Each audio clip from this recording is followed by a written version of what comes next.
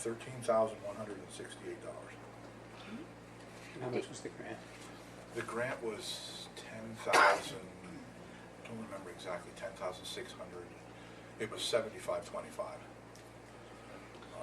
And then the 25% can be in-kind things, or if we don't have enough in-kind to do it, we have the hazardous materials fund to pay for the difference. Because this is a study for the hazardous materials, like the LEPC. And do you anticipate any new commodities flowing through the county at this point? Well, since the last one was done, there's probably a lot of new things that are flowing through the county that haven't before, and that's why I would think it's necessary to do a new one. And then what do they do with this information? Is that a way to figure out what kind of training our first responders what need? What kind of response and what kind of equipment's needed to respond, and evacuation areas and so forth. And all those details will be reported to the LEPC. In the study they will be? Yes. Okay.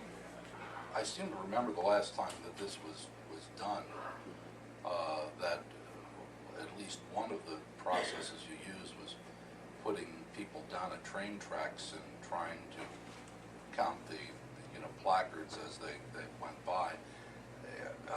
And you did that yourself. I thought EMA did that themselves. Yeah, they've done that themselves many years ago. The question is how is this process going to differ from that, and is it a lot more exacting than it had been before? Yeah, from what I understand from Mike, they use other resources too, internet. They contact companies, they'll contact the railways and to talk to them, because it's really hard to work with the railways.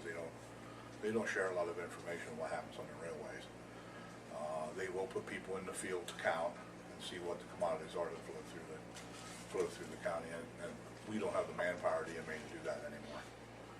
Like years ago, we're much more busier than we were 20 years ago, and we don't have the staff to do that. Because there's a certain criteria the federal government has that must be followed, and they follow that. He spells that out in the contract. I don't know exactly what it's called. He has it in here. Hazardous Materials Cooperative Research Program. There's a guidebook that they follow to do that now, and that's why the federal government provides the grants for the local municipalities to do that. Well, I noted that at the time, I'm not quite sure what the mile per hour limit on the trains was 20 years ago, but they run 40 miles an hour. Yeah, they go pretty fast right now. So I would think it would be very difficult to do onesies, twosies down.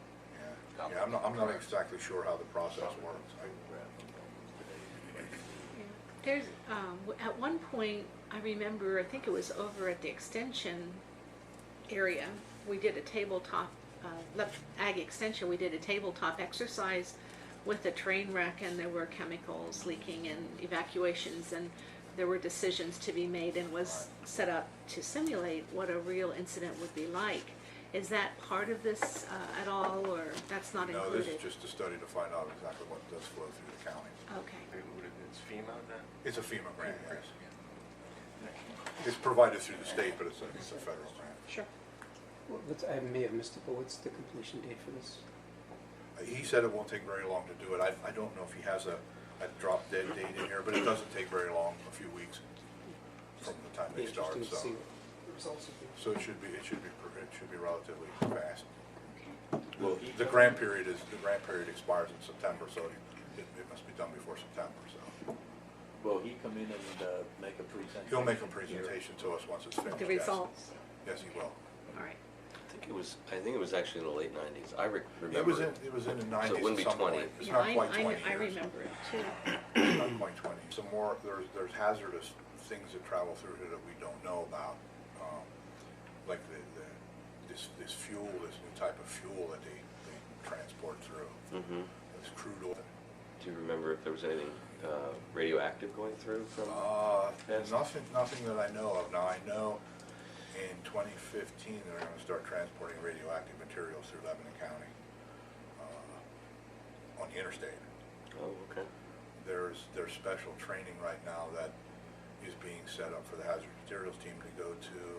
The local first responders will be attending that training. It'll be held probably at 40 Cow Gap. But those things are going to be traveled in these huge casks. Right. I think it's coming out of Canada and it's traveling through here to go to a waste disposal site somewhere else outside of our county. Yucca I think it's Mountain. outside of our state, but Yucca Mountain. it's going to be traveling on Interstate 81. So we keep our own at the plants, but we store Canada somewhere. Yeah, it's interesting. All right. So that's going to begin sometime in 2015. We don't know exactly when yet. So they're training up the local people now. I know there's a training class coming up. I think in September. I've just gotten some dates from FEMA because they want to hold the class here in Lebanon County, and it's going to be at Fort Indian Town Gap, so it gets all the responders from that area as well as our people here. And to get under the railroad, will they have to stop while Yeah, that's I don't going know. through? I don't or- know. Yeah, that I don't know about. I don't know who would answer those questions. No, I'm not sure either. And I was contacted by recently, we have a conference call set up to talk to Kachardi and Associates, who's out of Mechanicsburg, about the pipeline.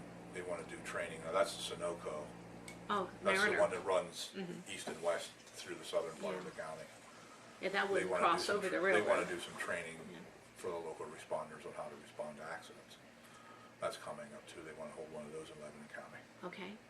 Also, Second? All in favor say aye. Aye. Aye. Pose same sign. Motion carries.